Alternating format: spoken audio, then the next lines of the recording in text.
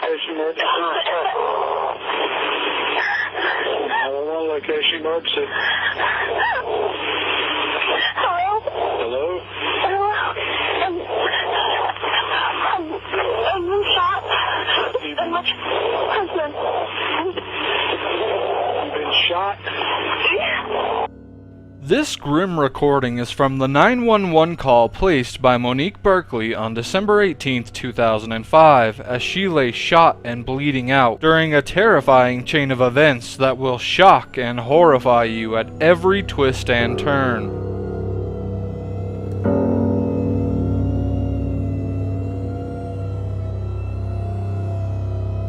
She is our family, and we love her. We can't imagine in any circumstances the chain of events that led to this tragedy. And what a tragedy indeed. Today's story is one of greed, betrayal, and lust, all leading to the grim conclusion of Paul Berkley. Paul Berkley was born on November 30th, 1959, and grew up in Santa Paula, California, where he graduated from Santa Paula High School in 1978. After high school, Paul enlisted in the Navy, where he went on to have a very successful and admirable career. He served for 4 years, including 2 Westpac tours to the Philippines before marrying Nancy Weaverling in 1981, though they would later divorce. While they were together, they had 2 wonderful children, Ezekiel and Rebecca. Paul was a very proud father, taking pride in each one of his children's accomplishments.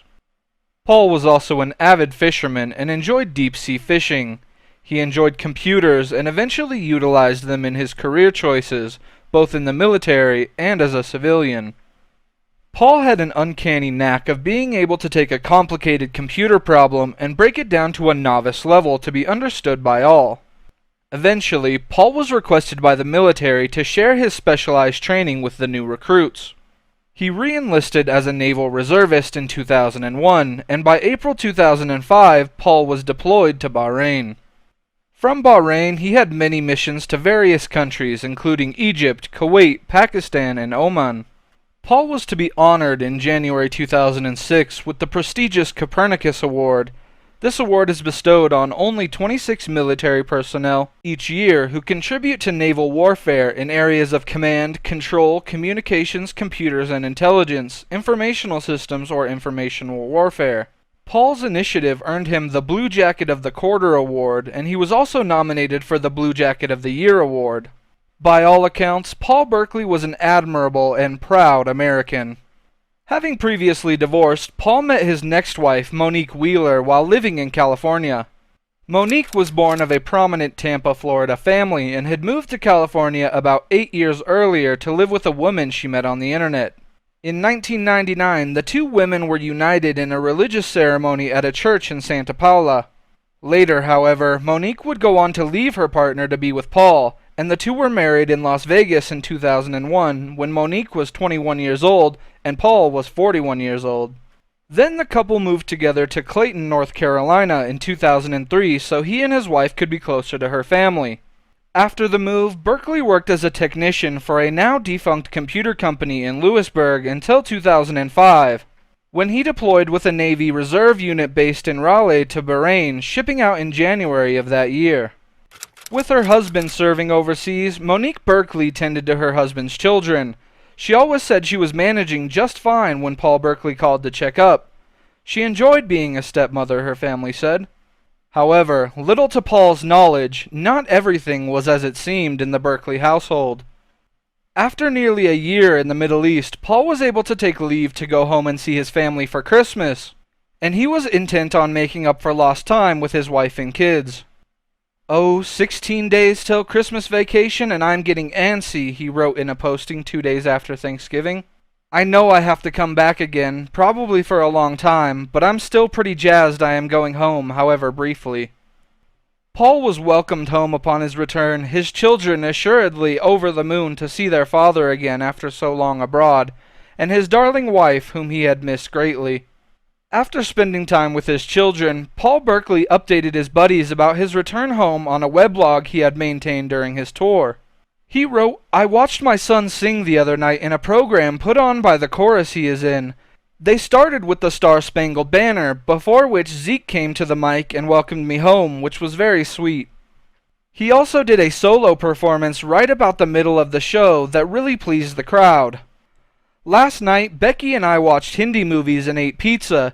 She had never seen any Hindi movies and she was really amused. We started dancing and doing the melodramatic moves they do in the movies, cracking ourselves up in the process. Paul posted this at 6:51 p.m. Unbeknownst to his children, however, just 8 short hours later, things would take a tragic turn. Not long after posting about the time he had spent with his children, Monique suggested that she and Paul go out and spend some time together. Having been away from his wife for so long, Paul was delighted by Monique's idea for the two of them to have a date night. So the couple set out for dinner in Clayton, followed by going to see the movie King Kong at a North Raleigh movie theater, after which Monique suggested a trip to Millbrook Exchange Park for a walk in the park and what she had promised to be a romantic interlude. Unfortunately, their romantic walk didn't last very long, because as they strolled down the path through the park that evening, danger was hiding nearby.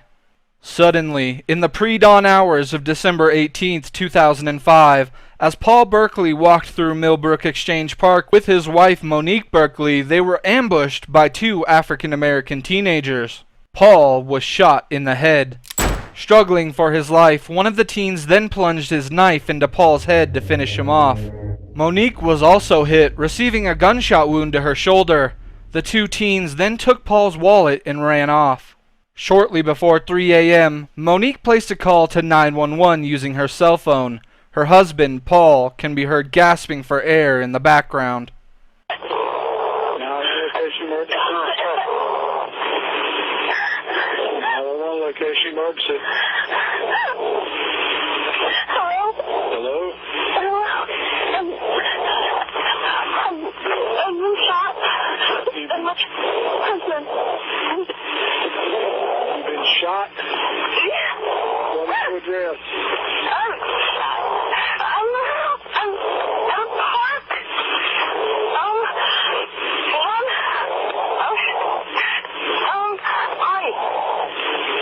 swing and Atlantic swing forth. Okay, we gotta find out where you are, man. I can't hear you. Okay, we gotta figure out where you are. What's the name of the park you're in? Do you know? I'm sorry, what? Where are you? Do you have any idea what road you're on? It's Springforth. I think there's a fire station here. Okay, you right at Millbrook High School? What? Are you at Millbrook High School? I can't hear you. Are you at the park beside Millbrook High School? I can't. Again. Hello? Yes, ma'am, I'm still here. Ma'am. I can't. Hello?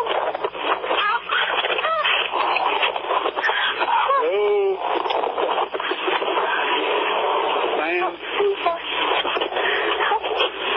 Ma'am. Hello? Ma'am. Can you hear me? I think so now. Okay, are you at the park beside Millbrook High School and the fire station? I don't know. There's a fire station though. I'm just not him up here. Well, stay on the phone with me, okay?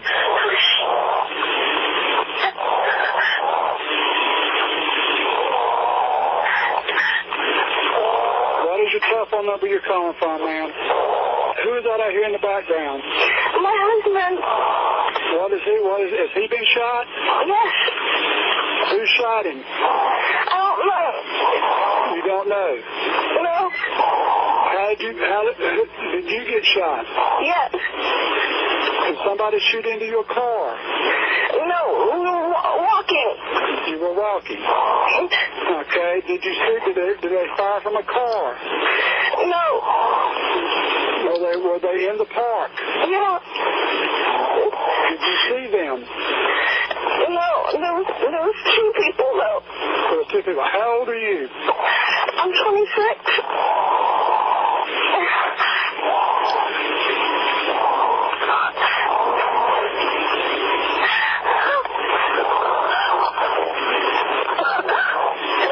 Stay on the phone with me, okay?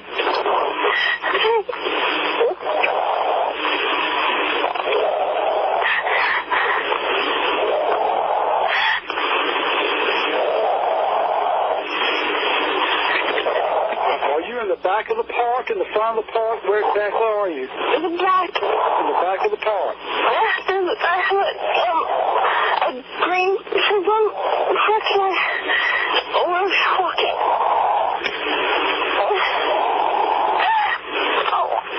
Is the assailant still nearby? No.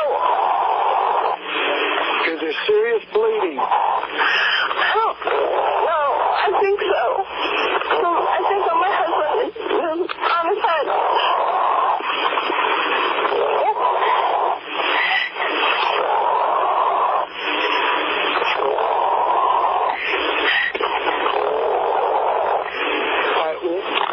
Where was your husband shot at? I see blood on his head, and I don't see anywhere else. Is there more than one wound? I only see one. Okay, when did this happen? Just before I called.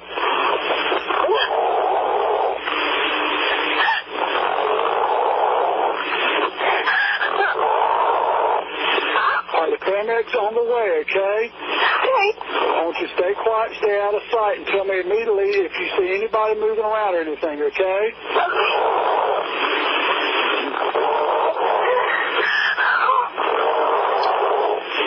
Can you tell me anything about the people, what they look like that shot you?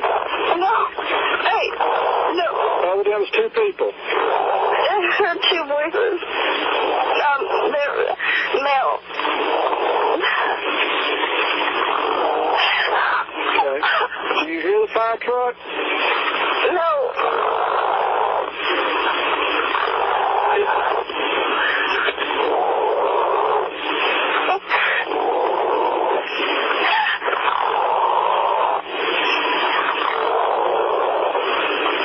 Yes, I hear it. Okay, they're on the way over there. Just stay on the phone until they get there.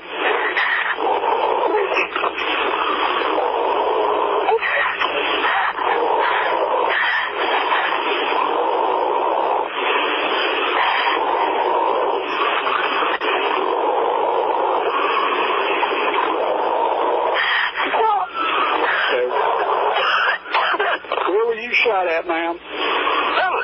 My shoulder. Okay. My back. My back, the shoulder. Okay. Left side.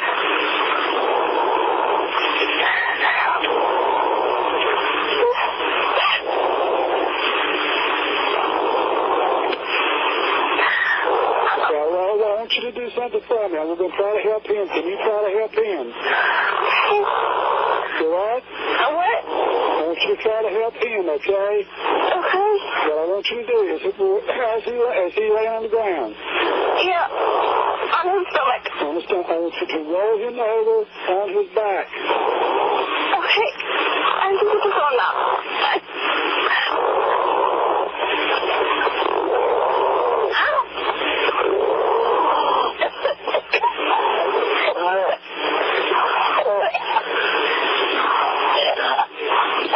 Laying outside on the ground.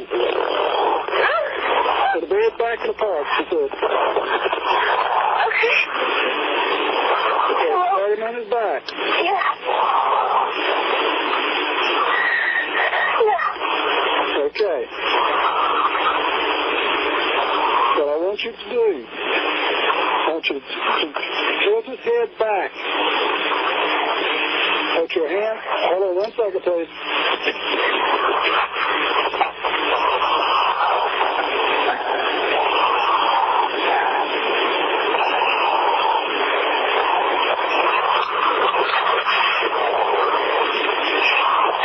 Okay, you got him now? by the tennis courts? I think so. Do you see a swing set or anything close by you? Yeah, a jungle gym. You what? A jungle gym? You see a jungle gym beside you? Yeah. Okay.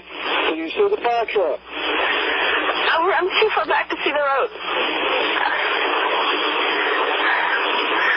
I see lights coming. Okay, she sees lights coming. Now keep telling her when they're getting closer. What's your husband doing? He's breathing heavy. He's breathing heavy.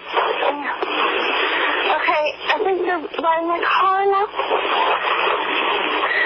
They're down the path right by my car.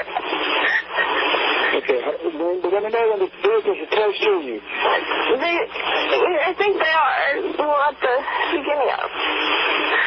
What kind of car do you have? A green Prism. It should be...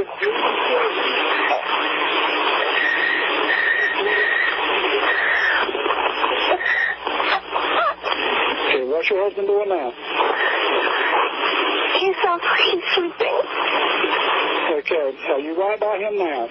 Yeah. All right, so you got him laying inside his back, correct? Yeah.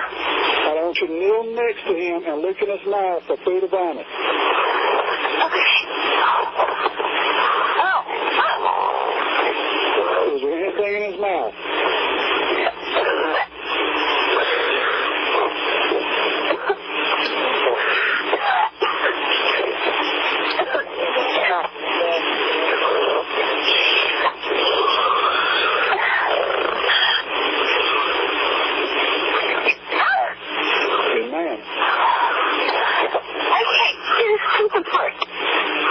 Can you see anybody getting close to you? No. Oh, I see lights at the... Do you see blue lights or red lights? Blue. So you see blue, are they close to you? Yeah, they're at the beginning of the trail, it looks like. So I see you down there on that trail? Yeah. Oh.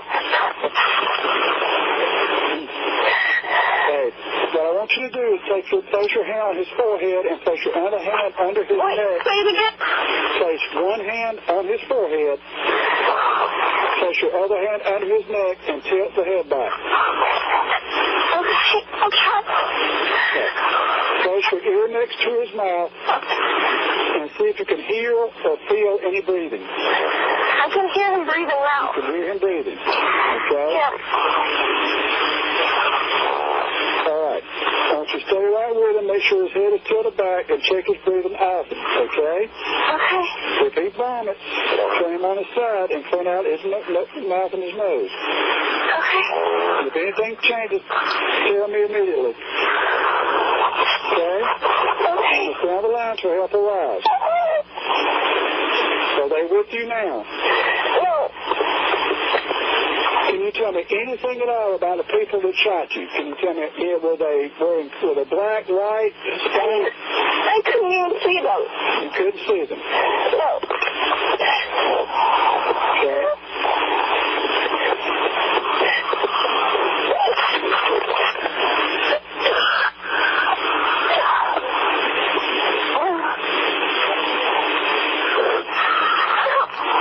Okay, can you see the police yet?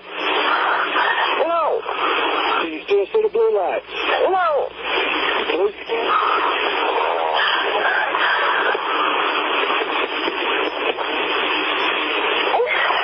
Is your car right beside that trailer where you're at? Right beside, but 1 or 2 spaces over.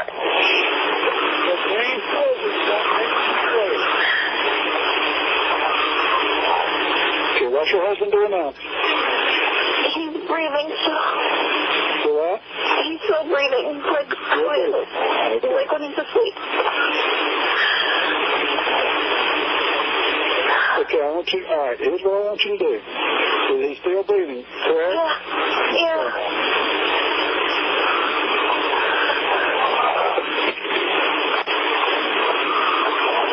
Did you go by the fire station when you went into the park? Yeah. How far behind the fire station are you? Pretty far west of the back of the park, pretty much.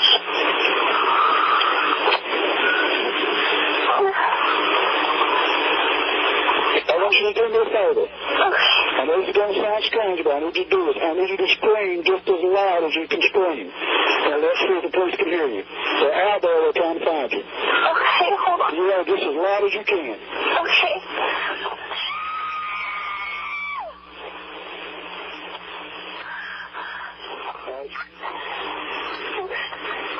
It's trying to follow you. Okay, they heard you. They're coming too. Yell again. Keep yelling, because I hear you. They're running towards you now. Okay.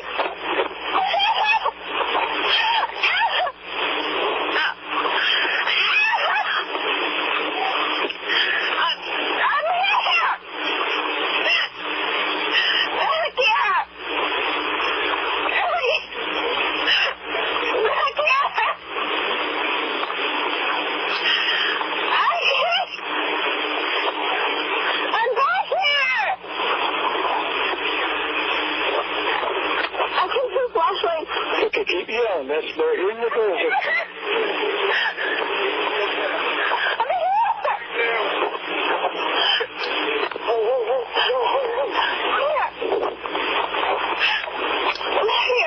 Are they with you? They're here. They're here.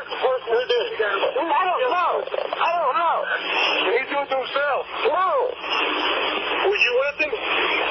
Which way did they go? Are they still near there? No, I think they left. They're not here. Okay. Are you hurt? Where you shot? Where you shot at? Shoulder. All right, hold tight. Go in the back. Shoulder. Hello. Yeah, I'm still with you. They're here. Okay. Hang up the phone. You can hang up the phone now. Okay. Shortly after this 911 call, police arrived to the park, and Mrs. Berkley's screams led them down a wooded path where they found her bent over her husband and took them both to a local hospital. Paul, however, would die from his wounds later that day. Unfortunately, police were not able to locate the suspects that night. Upon further investigation, police linked two men, Andrew Deshaun Canty and Lawton Darrell Johnson, both aged 18, to the shootings, and they were swiftly arrested. Now you may think this story ends here, with Paul dead and his wife injured in an apparent robbery, and the two suspects in custody, but this case still has a shocking twist. As it turns out, Paul's wife Monique actually knew the two suspects who were being charged with the attack, and she knew them quite well, actually. Both Canty and Johnson were high school friends with Paul Berkley's teenage son and daughter when they attended Clayton High. Johnson, who is now a freshman at East Carolina University, was actually Paul's daughter Becky's boyfriend. Even more shocking, during the investigation, it was revealed by Canty's mother and the Berkleys' neighbors that Monique had been having an affair with the 18-year-old Andrew Canty, and that he had even moved into the Berkley house with her in April, just 3 months after Paul had shipped out on service. Christine Canty, the accused gunman's mother, told police that Andrew had told her that this year he and Monique Berkley had begun an intimate relationship. Canty drove Monique Berkley's car, she paid his cell phone bill, she showered Canty with love notes, a pile of which fanned across a heap of Canty's clothes and computer games in his mother's home. A postcard she sent Canty from Busch Gardens picturing two tigers hinted at the woman's interest in the teenager. That white tiger looks like she is about to attack that colored tiger. I bet she'll devour him. Reminds me of us. Immediately, Paul's wife Monique was moved from victim to suspect and was arrested while recovering from her wounds in the hospital. Under questioning by the police, investigators said Monique Berkley confessed to the slaying and that she had help from her boyfriend Andrew Canty and his friend Lawton Johnson. Monique confessed that the three of them planned to share a payout from a $400,000 life insurance policy that Paul had. The plan, authorities said, called for Monique Berkley to be beaten to cover up her involvement in the alleged crime. She, however, was shot. Investigators have not said why she was shot instead. It was later revealed by police that Paul Berkley had suspected that his wife was having an affair, and that he told his daughter that he planned to divorce her. That is when, Raleigh police said, Monique Berkley put a plot to kill her husband in motion. Authorities have never recovered the murder weapon and believed it was thrown in a river. However, investigators said a gun sold to Canty was test-fired in a Johnston County yard before the killing, and shell casings from that matched the casings found at the crime scene. All three suspects were indicted soon after the shooting on first-degree murder charges. The DA made it clear that they were seeking the death penalty for the three involved in the murder of Paul Berkley. However, all three ended up taking plea bargains and pled guilty in order to escape the death penalty. Both Berkley and Canty were convicted of first-degree murder and sentenced to life in prison without the possibility of parole. Lawton, however, was convicted of second-degree murder and conspiracy to commit first-degree murder and was sentenced to serve 23 years in prison for his involvement. All three remain incarcerated today. "It's all just so ironic, isn't it?" Becky Berkley, Paul's daughter, wrote in her own blog as her stepmother was making her first court appearance. "My dad was in the Middle East for months and months and didn't get shot. Then he came home, where you'd assume he'd be much safer. And then all of this happened." Andrew Canty's mother, Christine, would go on to tell the paper, "She didn't sit right with me from the moment I met her. It bothered me because she was older, and I wondered why she was hanging out with my son. He figured he was a grown man and could do what he wanted." Susan Wheeler, Monique Berkley's mother, said in a statement, "We can't imagine in any circumstances the chain of events that led to this tragedy. Monique has no history of violence and comes from a loving and caring family. We are truly saddened by Paul's death." To think that all of this could happen to a man as admirable as Paul, who spent years in the service and was a loving father and husband, shows you just how twisted the world can be sometimes, and that danger could be lurking anywhere at any time. Thank you all for watching. I hope you enjoyed this true story, and I will see you all in the next one.